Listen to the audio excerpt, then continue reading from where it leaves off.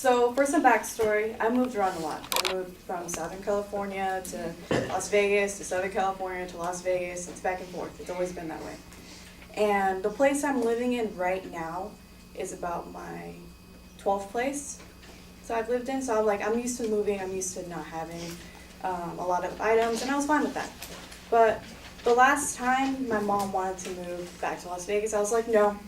I am tired of losing my friends, of having long distance friendships, and I was like, I'm happy here, I'll stay with my grandma, even though she's kind of a bitch, but I was like, it's fine, you know?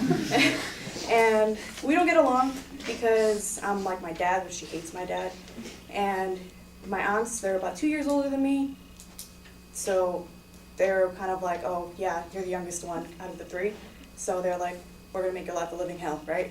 I had, at 16 as well, since my grandma bitch, right? I had to pay rent, so I had to work, and I had to go to a medical corps school, which is about 5 hours after class, regular school. So I was going to school about 11, 12 hours a day sometimes, and then I was working. So I was like, I was never home. I didn't really care. I was like, I'm fine. I have my own room. I have my own place. And senior year, I got my car, so I was never home at all in general after that either. And I already graduated from medical corps, so I was just out with friends, I was out with my girlfriend, I didn't really care. And one of the times I was home, it was about like the end of my senior year. I was about to graduate. I think I already stopped classes actually. And I was chilling at home because I was like, I'm super tired. I used to sleep maybe 30 minutes to 4 hours a night because I was never home. And I'm sitting with my dog, and suddenly I hear the door slam open. She comes into my room, and she's like, why did you park in the driveway? And I'm like, because I'm home. And she's like, I nearly hit your car. And I was like, that's not my problem. I was like, it's not my fault you have a big-ass car and no kids, like, that are, like, young. And she was like, well, I don't want you parking in the driveway. And I was like, well, I pay rent for this room. I was like, I've been paying rent for this room. And she said, well, I don't care. And I was like, you know what, I don't care either. I was like, you complain, and I'm paying. Like, I'm not going to deal with that. I pay my own shit. And she was like, you know what, get out. And I was like, okay, for the night? She was like, no, get out of this house and don't come back. And I'm like, I've been waiting for this. And I was like, I just turned 18. I was like, I've been waiting for this. And I was like, so you're kicking me out, right? She's like, yes, what do you not understand? And I'm like, I'm just making sure because as usual, you've kicked out your kids and they come back in the morning crying, you know? And she was like, okay, now get out. I was like, you know what? No. I was like, I pay rent. I just paid this rent, and she likes me to pay in the beginning of the month. So I was like, all right, cool. And I was like, you know what? No. I was like, either you give me back my rent or I'm not leaving because I'm not going to deal with that. And then she was like, no, I'm not going to give back the rent. What are you talking about? You do nothing here. And I'm like, yeah, because I'm never here, you know?